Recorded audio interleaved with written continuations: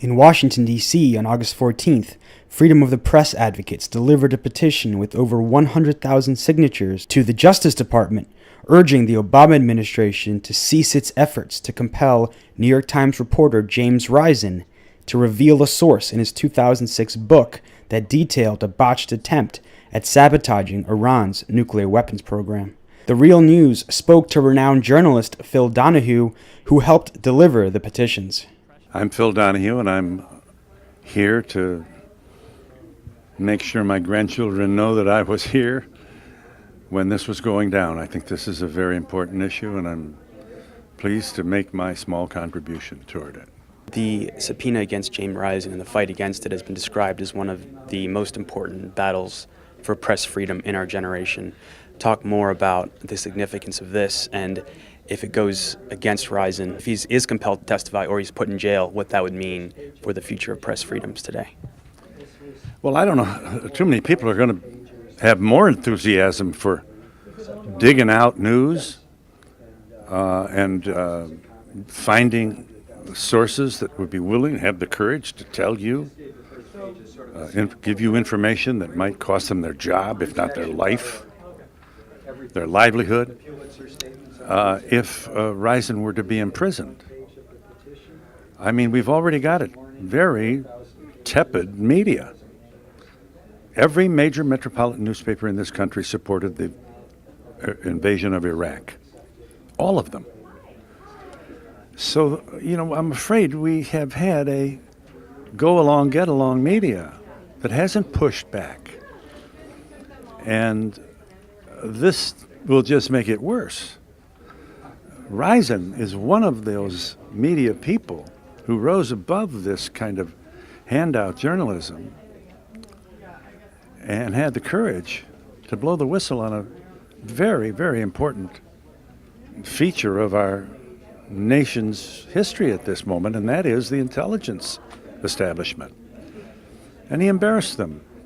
And that's why they don't want any press on this. We think he should be put on a pedestal, and we have an administration who thinks he should be put in prison. Why is this important now, especially under a Democratic administration? I think it's an example of the fact that power corrupts.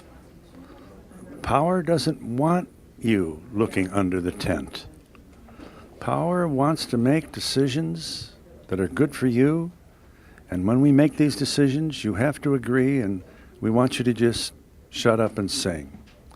We're very disappointed, truly disappointed, that the Obama administration would be so aggressive, so enthusiastic, when it's clear we have so much, especially about the intelligence agencies, that has to be revealed. We can have any kind of country you want. You want to have somebody listening in on your phone calls, you can have that kind of country. You want to give them that kind of power to put people in jail without due process? We're a nation of law unless we're scared. And that's going to keep on keeping on if we don't have more James Risens standing up in the real tradition of the First Amendment and speaking truth to power. Risen has been fighting the subpoena, which has been described as the most important case for press freedom in a generation since 2008. In June, the U.S. Supreme Court refused to hear Risen's appeal of the Fourth Circuit Court's decision ordering Risen to testify and reveal his source in a case against former CIA officer Jeffrey Sterling, who the government believes leaked the classified information to Risen. The Real News spoke to James Risen, who said he'd rather go to jail than reveal his source.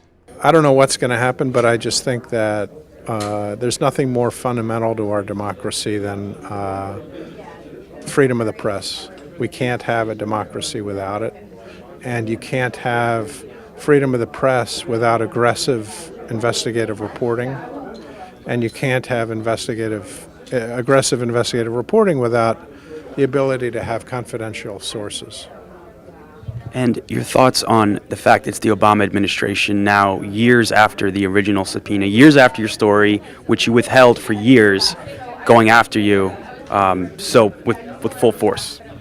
Right. I mean, now it's been two administrations who have both come after, both continued this for 6 years, and so I've kind of just realized that it's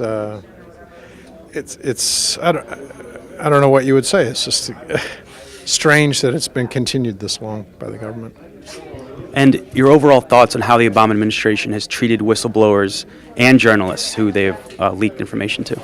Yeah, I mean, I think it's been well documented that they have, as several people here said, they've gone after more whistleblowers than any other administration in American history, and I really don't understand why. I don't understand why they've done this when it is so antithetical to press freedom in America. And the issue is raised that this is not only, your case is not only going to have implications here, but it's also going to have implications throughout the rest of the world as well. Yeah, I think if the United States is not a model for the world on this issue, then other nations will take their cues from the United States and crack down on the press. So I think that's dangerous. And so you do a lot of national security reporting, use confidential sources, but talk about the importance of mass movements and public pressure in making sure these freedoms are upheld.